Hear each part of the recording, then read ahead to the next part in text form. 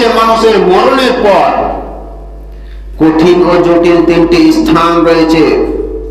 সর্বপ্রথম স্থান হচ্ছে, সর্বপ্রথম মঞ্জিল হচ্ছে, সর্বপ্রথম জায়গা হচ্ছে মানুষের মরণের পর কবর।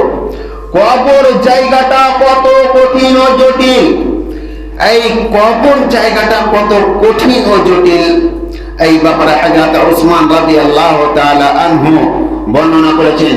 তিনি কবরকে বলে এত কান্না করতেন, তিনি কবরকে বলে এত দুঃখিত থাকতেন, তিনি কবরকে বলে এত চিন্তিত থাকতেন, তিনার চোখের পানি ঝরে ঝরে টপকে টপকে দাড়ি পর্যন্ত ভিজে যেত। বলুন সুবহানাল্লাহ।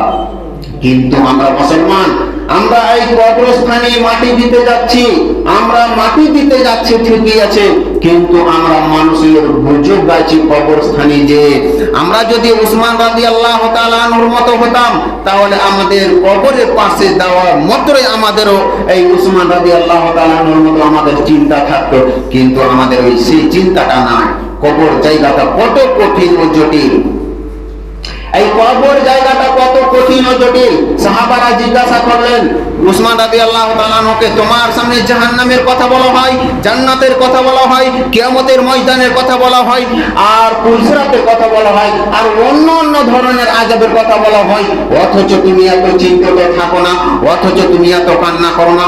যখনই তুমি কবরস্থানের পাশে এসে দাঁড়াও, যখনই তুমি কবরের কাছে এসে দাঁড়াও, তখনই তুমি এত চিন্তিত থাকো না কেন?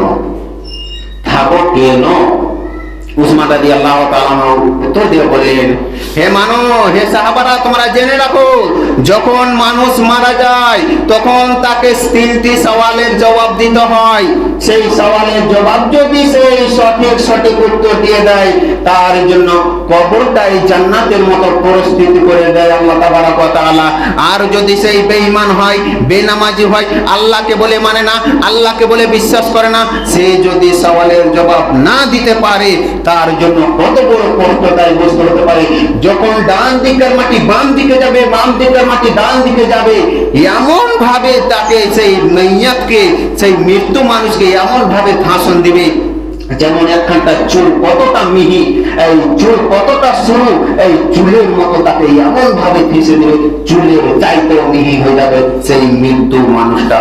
কবর কত কঠিন ও জটিল, মৃত্যুর পরে, মানুষের মরণের পরে এই কঠিন ও জটিল স্থান। কিন্তু আমরা এই কঠিন ও জটিল স্থানকে বিশ্বাস করি না, মানি না। যদি আমরা মানতাম, তাহলে আল্লাহ বলে বিশ্বাস করে নিতাম।